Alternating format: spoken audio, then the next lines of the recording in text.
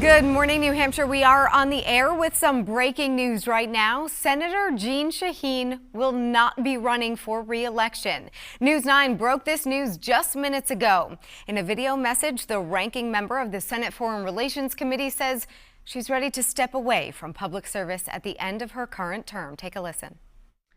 Serving the people of New Hampshire, first as state senator, then as governor, and now in the United States Senate, is an incredible honor.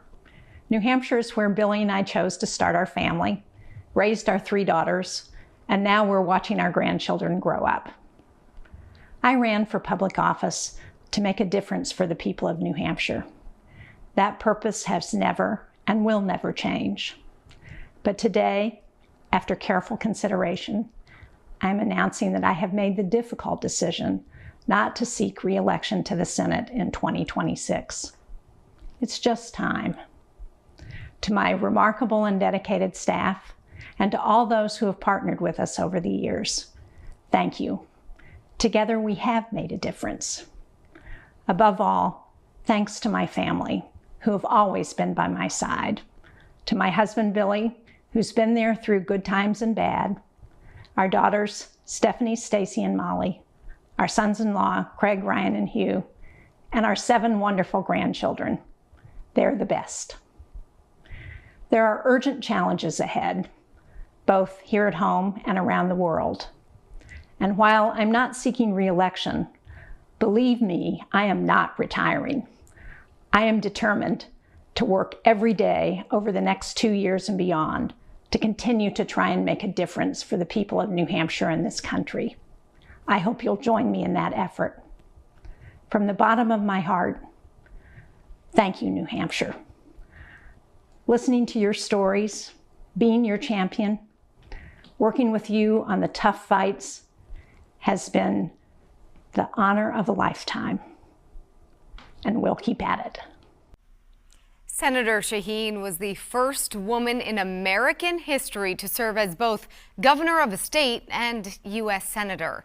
Her storied career in politics stretches over several decades, from her time as an activist and campaign manager to her current tenure as the ranking member of the Senate Foreign Relations Committee. Shaheen was first elected to the U.S. Senate back in 2008. And right now, WMUR's political director, Adam Sexton, joins us over the phone. And Adam, the biggest question I have right now is, did anyone see this coming? Yeah, this one is a bit of a stunner, Catherine, because all indicators that we were getting up until this point was that it was all systems go for 2026. You know, we're always trying to pull little tidbits out of these folks, staffers, campaign folks. The senator herself, I remember talking to her within the last few months, and especially right around the elections, she was pointing out, hey, I'm going to be the ranking member of the Senate Foreign Relations Committee. That's work she's still doing, and she seemed very excited to get into that. So we were all thinking, hey, this is going to be another re-elect effort in 2026. But, sometimes politicians zag when you expect them to zig. Yeah, that's true. And so, we've spoken a little bit about just such a storied career in politics and public service. So in your opinion, Adam, what is her impact? What is the legacy that Senator Shaheen leaves? I mean, it's pretty epic, Catherine. They've got, somebody here who, on the political side, so many campaigns, so many races, but then policy impact as well over several decades in public service.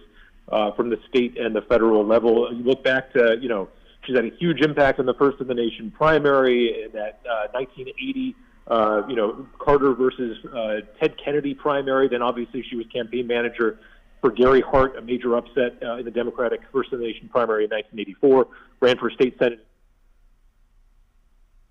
2 epic Senate matchups against John East, and you knew those were major heavyweight battles in New Hampshire politics. She lost one in 2002 and then one in 2008, as you mentioned, then re-election victories in 2014 and 2020. Now she's ranking member on Senate Foreign Relations.